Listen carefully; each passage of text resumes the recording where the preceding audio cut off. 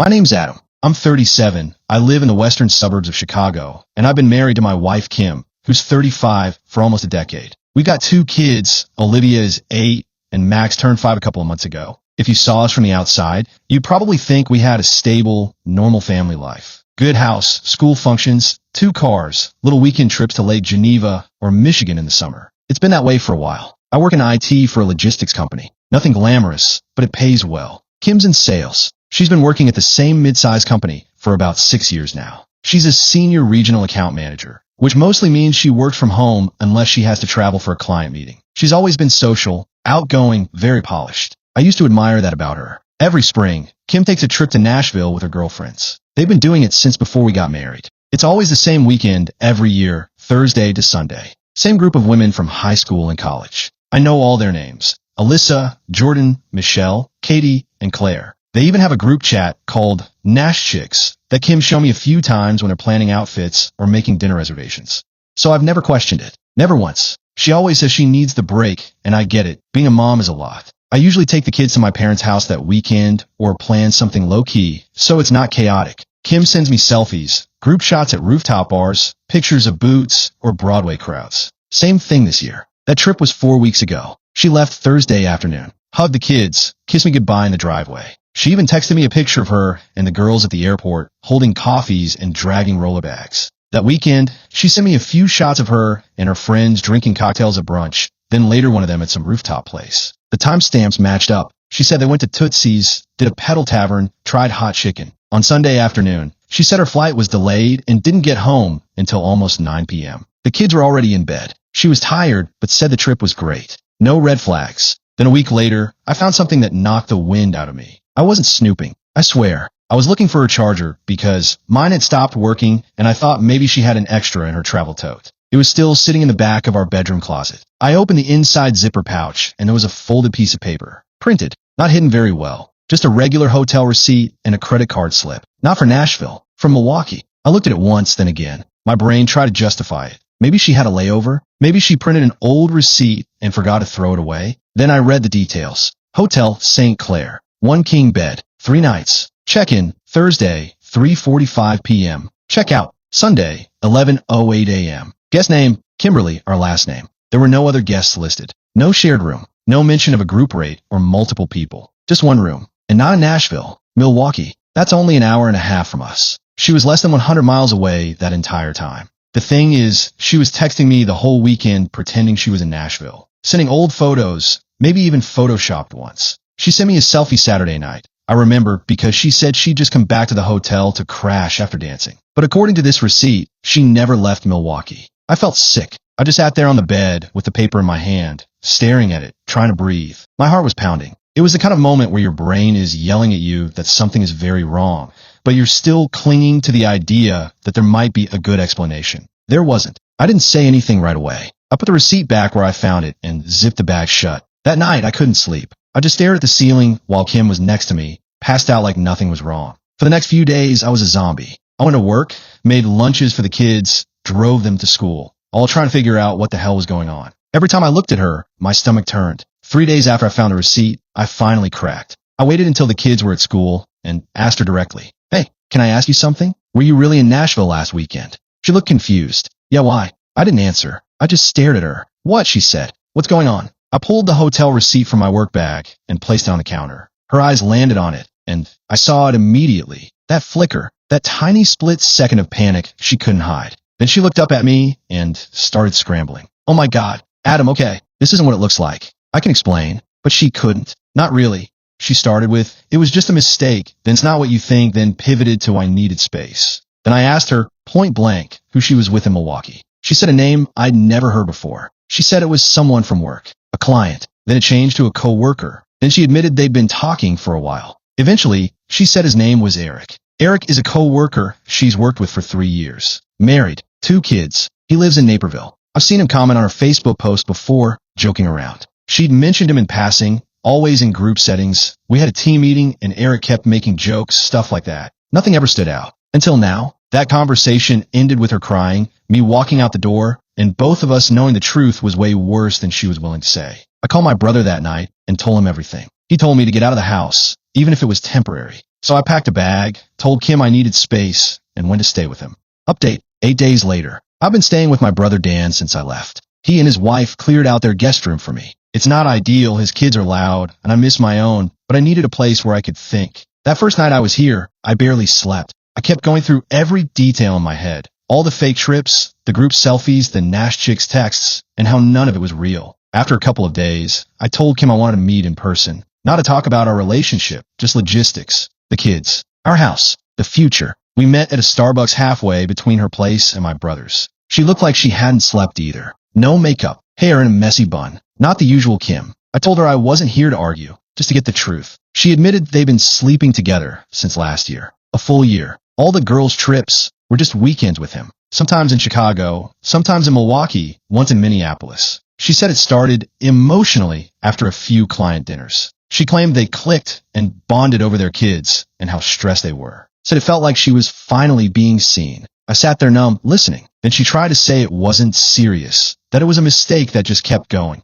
But you don't lie to your husband and kids for a year over something that isn't serious. When I asked if she loved him, she said, I don't know. That wrecked me more than anything else. Because if she'd said no, I could have maybe pretended this was all just about sex or boredom or midlife crisis crap. But I don't know means she's thinking about it.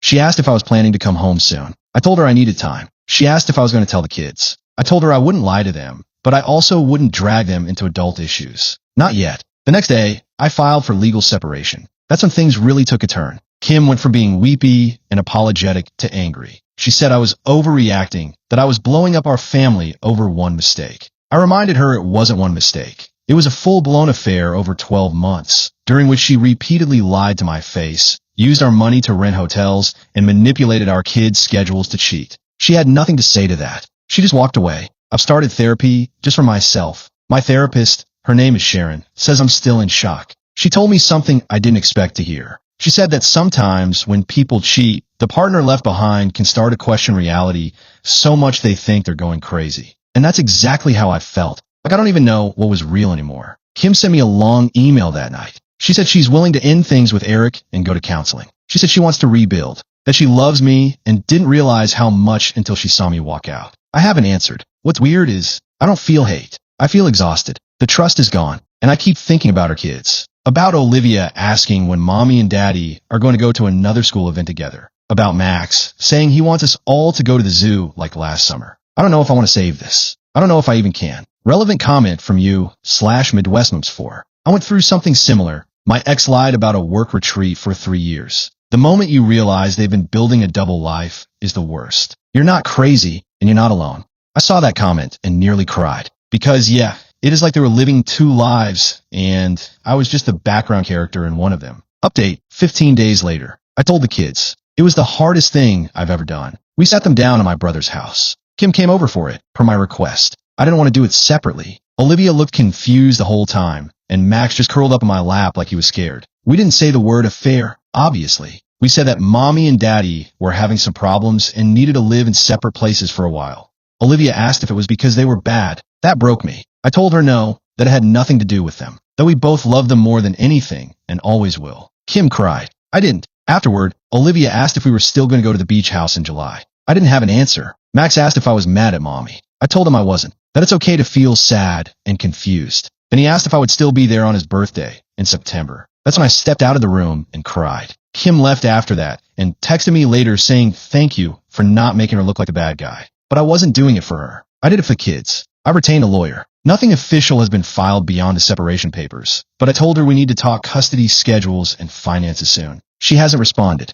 I'm not sleeping much. I'm trying to work, but I find myself zoning out in meetings. My boss knows something's up. He told me to take a few days off, which I probably will. I've been writing things down at night. Every moment I can remember where something fell off. All the time she said she was at a client dinner and came home late or took a shower the minute she got back. I've been wondering if she ever had plans to tell me or if she thought she could just keep this going forever. My therapist says I need to stop trying to make sense of it. That some people cheat not because their marriage is broken, but because they are. That's a hard pill to swallow. Update, 23 days later. I found Eric's LinkedIn. I wasn't looking for it, but one of Kim's old co-workers, someone I met at a few company holiday parties, reached out to me on Facebook. She said, hey, I just want you to know nobody at the office is buying their little romance story. A lot of us feel horrible for you. I asked what she meant, and she said everyone had been gossiping for months about Kim and Eric, especially after a conference in Detroit back in March where they weren't exactly discreet. I didn't even know there was a Detroit conference. She sent me Eric's full name. I found his profile. He's divorced, 2 kids, lives 15 minutes from our house. His ex-wife is a nurse at the hospital where Max was born.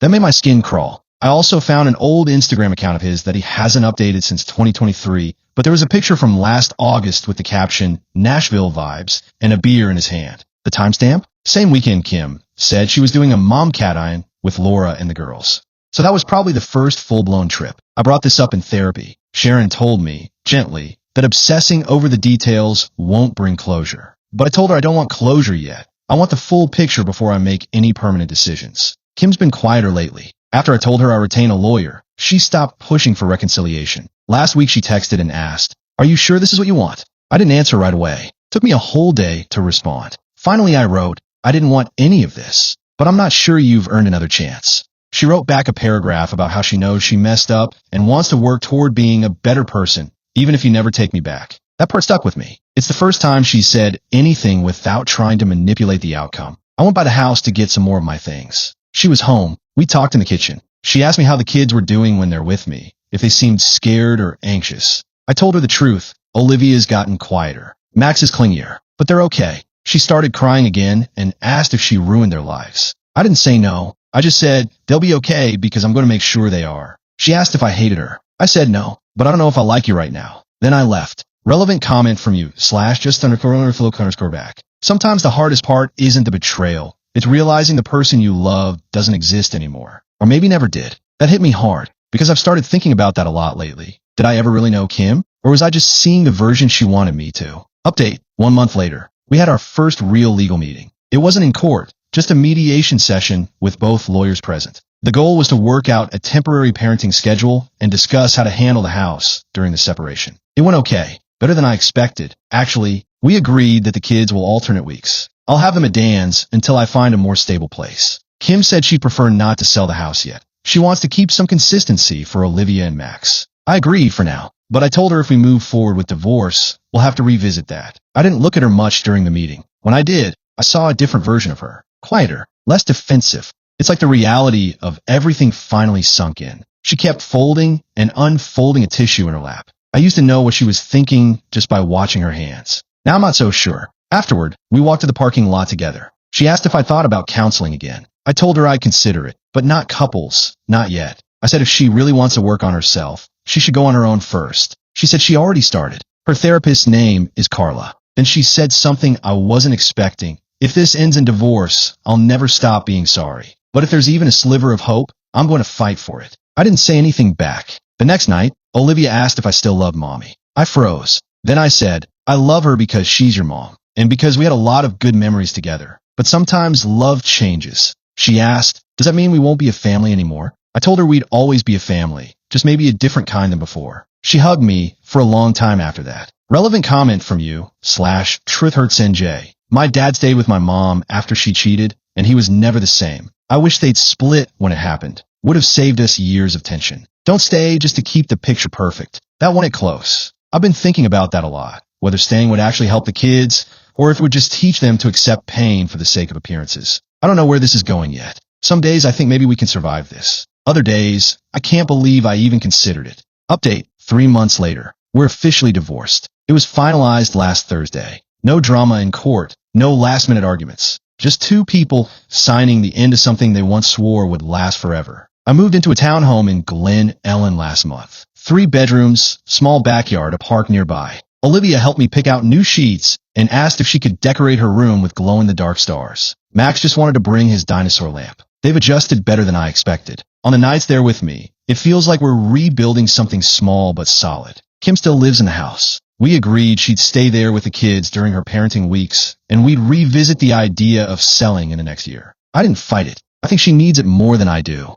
and I'm tired of fighting. As for Eric, she claims it's over. She told me during one of our co-parenting check-ins. So they tried to keep seeing each other after I moved out, but it didn't feel right anymore. I wasn't proud of it, she said, and I don't think he ever respected me after what we did. I don't know if I believe her, but I realized it doesn't really matter. The second she decided to lie to me for a year, that version of our marriage ended. It's not about Eric anymore. It's about trust, and mine's gone. She's going to therapy every week. She actually seems different, calmer, more present with the kids, less reactive when we talk. At first, I thought it was an act, but 3 months in, it seems real. And I'm glad, for Olivia and Max's sake, not mine. We do joint birthday parties now. We both showed up for Olivia's recital. We sit on opposite ends of the row, but wave when the kids look for us. There's a strange peace in that. Relevant comment from you, /Midwest_dad86. Divorce doesn't always have to mean war. Sometimes it's just two people finally being honest that what they had is broken beyond repair, and that doesn't make them bad parents. Just human. That's how I'm choosing to see it now. Last weekend, I took the kids to Starved Rock. We hiked, had sandwiches on a rock ledge, threw pebbles into the river. On the drive home, Olivia fell asleep with her head on Max's shoulder. And for the first time in a long time, I didn't feel like I was losing something. I felt like I was building something new. I don't hate Kim. I don't even wish her unhappiness. But I know now that forgiveness doesn't always mean reconciliation. Sometimes it just means you stop letting someone hurt you, even if you once loved them with everything you had. I did love her. That part was real. But so is this new life I'm starting, one step, 1 week, one parenting exchange at a time. And I'm okay. Really okay.